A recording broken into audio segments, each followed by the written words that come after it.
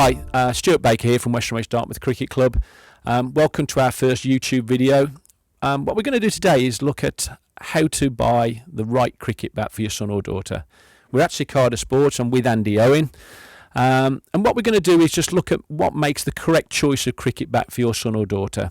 Again, the right weight, the right size, because often what we find is that when a parent brings their son or daughter to our winter nets or just at the start of the season, they've very proudly got a nice shiny bat and they say, "What do you think, coach?"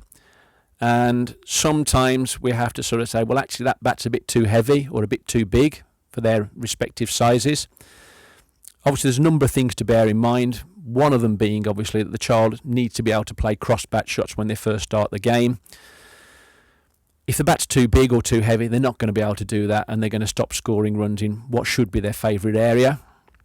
So with Andy's expertise, we're going to have a look at what makes the right bat, how to correctly size it, and how to get the right weight. Right, Andy, so if we came to you to buy a bat today, what advice would you be giving us as coaches or as parents?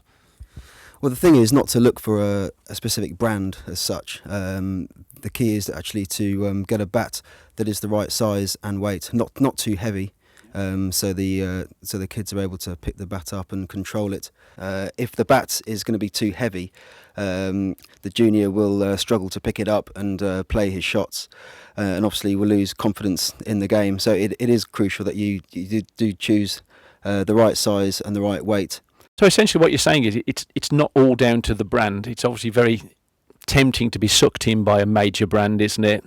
I mean, we've got an array of bats in here today at Cicada, and I guess as a parent who doesn't know the game, they might have seen one of their own personal heroes using a particular brand. I know when as I was a junior, I was adamant that I wanted a certain brand. So it's really more down to the actual piece of wood itself and what it will do for the child. Yeah, every bat is different. All bats weigh different weights, and it's just you need to spend a bit of time going through picking up bats and seeing whether the junior is able to control it.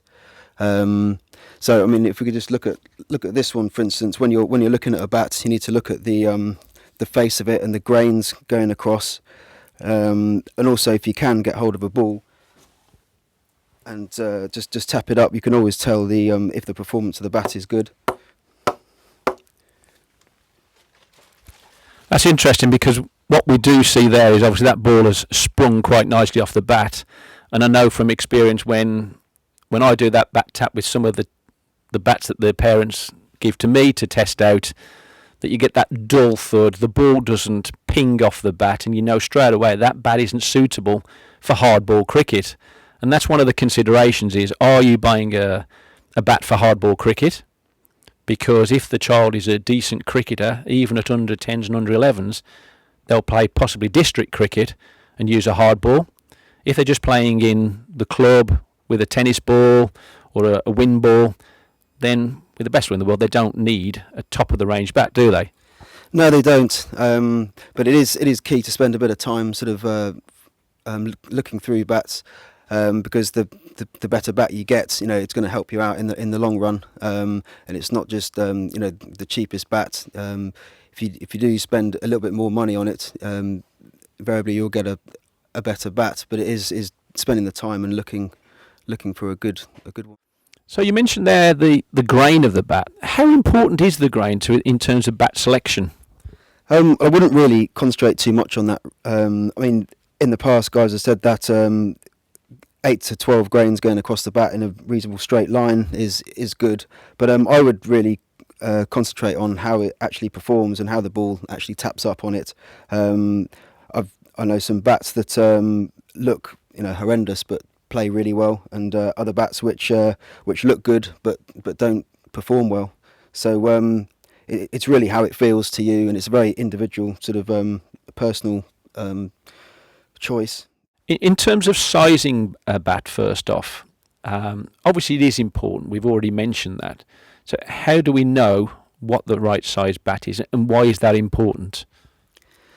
Well, to get a bat that is the right size means that the kids will learn sort of the technique of playing their shots better.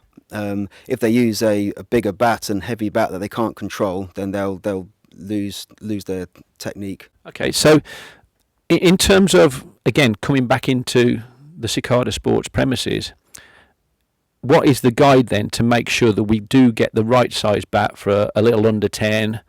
You know, he's got his first ever bat, he's really excited, and he wants a big bat like Chris Gale, for example, or Joe Root. What should he be looking for, or what should the parent be looking for to make sure that that child doesn't get a bat that's way too big for them? How big should that bat actually be? Well, the size of the bat should come up to the pocket, around the pocket of the trouser. Right, so sort of to finally focus in on what I probably think is the most important thing with junior bats is the weight of it. Nowadays you see the adults, the pros using big chunky bats with lots of meat in them that they're able to clear the ropes with. And obviously that's what the juniors fixate on. They want a big chunky bat like the adults. How do we make sure that the junior doesn't pick up too heavy a bat for themselves? Well, there are various ways of testing this, but one of the main ones is getting the junior to hold the bat with his top hand and hold it out and just see whether he can control it with the one hand. Why is it important then, Andy, that they can actually get the bat into that horizontal position? Well, it is important because they're able to control the bat and play horizontal shots and play all the shots around the wicket. So they're able to control it and bat for a long time and not feel as though the bat is getting too heavy for them. Yeah, as coaches, we do find that the pull shot is the most natural shot for them to play when they're young. They want to play bottom hand shots. They haven't quite yet developed the technique to hit the ball straight down the ground properly, and they also haven't got the power. So having the right bat that enables them to play the pull shot should, in an ideal world, give them the more opportunity to hit boundaries. And that's what it's about at that age, isn't it? Having some fun, hitting some boundaries, and obviously that can be dictated by the right choice of bat. Yeah, I mean, choosing the right size and the right weight is absolutely crucial. So just to wrap this up, thank you very much to Andy Owen and to Cicada Sports. Hope you found the reviews. We will be doing some more YouTube videos. Our next YouTube will be about Cricket Force Weekend. That's coming up in the next couple of weeks. So watch out for our next YouTube video. Thank you. Special thanks to Cicada Sports for making this video possible. Cicada Sports is a specialist cricket store and our club sponsor. If you want to check them out, you can find all of their information in the description of this video, along with a link to their website.